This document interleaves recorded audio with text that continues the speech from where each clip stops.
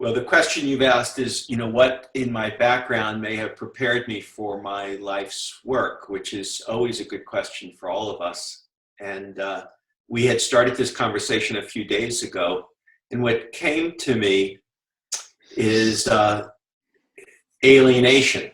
That part of what my fate was to find myself between worlds and find myself alienated from all of them.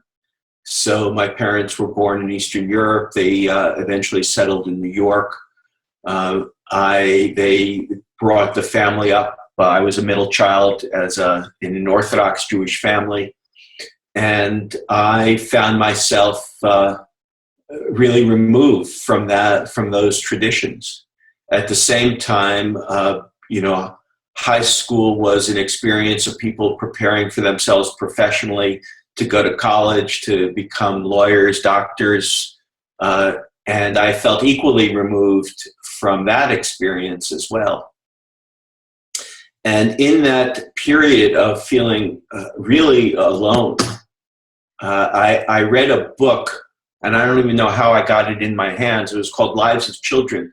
It was about a man who began a school in the South Bronx with kids who had dropped out of the public school system and built the curriculum around their own experience. And that made perfect sense to me, that learning was something that grew out of our own direct experience. And within about a year, I was maybe 15, late 1960s, I left the United States to join a community in Israel, not a kibbutz, but a community of people who were actually organizing to create a different kind of world.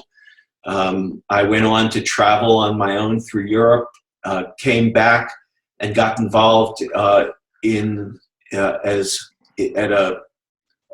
college in Vermont that allowed for traveling wherever I would want to go to learn what I wanted to learn.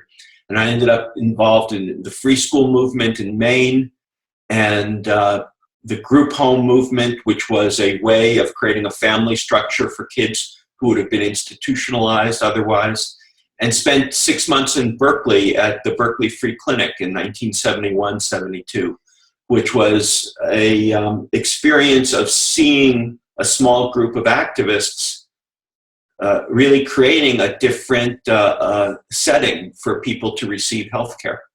And the issues that I was exposed to then, that healthcare should be affordable, that the experience of care should be humane, that people should look to things outside of just Western protocols for their treatment. All those things have, been part of my professional life ever since. So was that early experience in healthcare, was that one of your, by the way, Alan has written 6 books, and one of them is Daily Miracles, Stories and Practices of Humanity and Excellence in Healthcare. So were those early experiences, was there a connection between that and that book that you later wrote? Well, all of this is really quite connected. Yeah. So, to begin with, part of the value of alienation is that one has to sort of empty oneself of what people say is the normative values. One has to really, in some ways, have the shock of feeling different and then begin to be clearer about what you do care about, and then to begin finding communities who join you in that vision. And I think that's been the breadcrumbs going back to those early 1970s throughout, that I kept seeing that there could be different ways people could organize and be together, and announcing that found others who had similar feelings, similar inklings.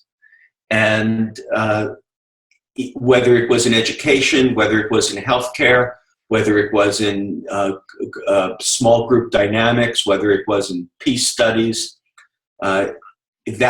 that sequence of finding what really matters to oneself, and then finding communities that support you, is a crucial element to the relationship of small groups and large scale change.